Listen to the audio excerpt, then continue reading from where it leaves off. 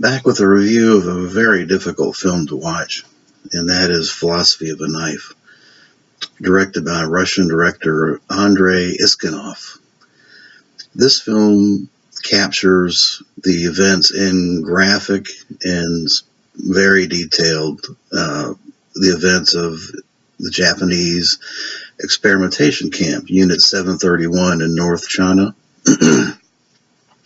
Back in World War II, the Japanese had already invaded and taken over much of Indochina, and they set up an experimentation camp, and they experimented on prisoners to see the effects of various forms of death. The film is basically about death, and it certainly in no way glorifies death or is a Hollywood version of death. It's just a series of experiments depicting death, and it's a rough watch, very rough watch. All the more rough because it's real, it's true.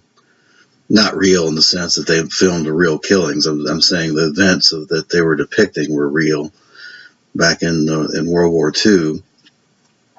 The Japanese did some horrible things. I mean, World War II was a dark moment in humanity's history, with mass exterminations of the Jews and Gypsies and anyone else that the Germans felt were racially inferior. And then you had the Japanese doing similar, not to the same scale, but they were certainly doing these experiments and killing people left and right for their own research. Bizarre stuff. And unfortunately, I've read a lot about the Unit 731. Most of the, if not all of the doctors and scientists, if you want to call them that did these experiments, were never prosecuted. There were some attempts to prosecute them on the Russian side of those captured, but a lot of these guys received amnesty by the Americans after World War II in exchange for them divulging their secrets and what they found from these experiments. There were a lot of experiments in and around pressurization. You know, what happens to the body at extreme depths and things like that, and temperature rise and temperature drops, and vivisections going on. Any horrific death that you can imagine, I think the Japanese experimented with it in Unit 731, and these deaths are depicted in gruesome and longingly photographed detail in this film, not for the purpose of glorification of what we're seeing, but for the purpose of showing, I think, the depths of human depravity, particularly in World War II. The Japanese took the position that these weren't really people; they were logs, air quote logs.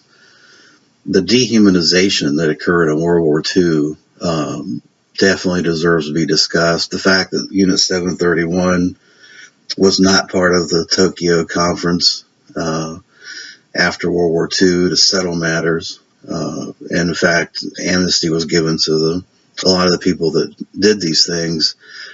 I'm glad that Andrei Iskanov put this film out because it needs to be talked about. It's a dark chapter in our human history. This is not a pleasant film. This is not a movie for your entertainment. This is a movie about death and the brutality of death. It's not glorified. It's not sensational. It's just awful. And some of the special effects in this thing are bad, and I'm kind of glad they're bad. I think had it been any more realistic, I'm not sure I could have taken it. It takes German splatter gore films well beyond, in my opinion, well beyond anything that I think you'll find out there. Maybe it's kind of got a Jörg Bucharite type artsy feel to it, but it's not. Again, I don't think the director wasn't intending to glorify death or make it some kind of artsy fartsy thing. It was simply an effort uh, to bring to the forefront and reveal this dark chapter in human history. And Andrei Iskanov was persecuted for this. He was interrogated for days. The film was uh, confiscated by the Russian authorities. Luckily, he knew this was probably coming, and he made extra copies of it, apparently. So that's why we have this today. But yeah, there was a lot of people at higher levels of the government that didn't want this to be shown, and I can see why. It's rough. It's a rough film.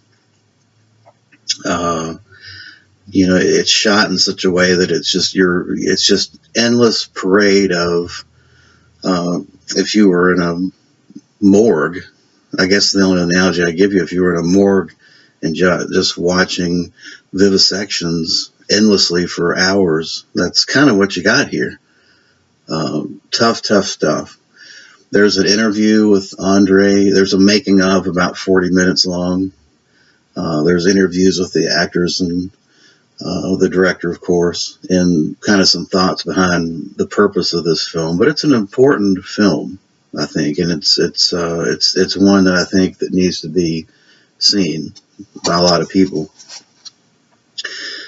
So I do recommend it, but don't go into this thinking, oh, cool, man, we're going to get a slasher film or some German gore splatter film. This is not fun by any stretch of the imagination. And some of the stuff and the experiments that were done in this film are very difficult to watch. But again, it's all based on carefully researched evidence of this experimental Unit 731. So I give kudos for bringing this to the forefront. It needs to be seen. Maybe only seen once, but it needs to be seen. There's been a number of films about Unit 731, and an endless parade of books as well. But a couple other films that, if you're interested in this topic or subject matter, the other film that comes readily to mind is Men Behind the Sun. And this is more of a dramatic depiction of the events of Unit 731, and it goes more into a lot of the war aspects of it, the infiltration of the Japanese into the Chinese territories and the establishment of the 731. It isn't solely focused on the horrific experiments in 731, but it does cover some of that, and it's pretty gruesome as well. It's a tough watch as well. So that's one film that an alternative.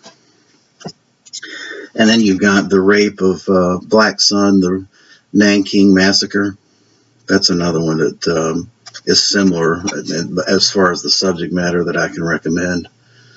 All these films I definitely highly recommend if you have an interest in World War II and in the little explored Japanese side of the atrocities that occurred in World War II. Then those three films I think will kind of educate you a little bit.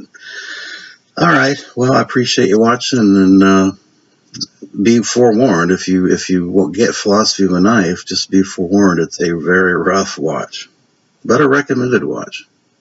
Anyway, thanks for watching.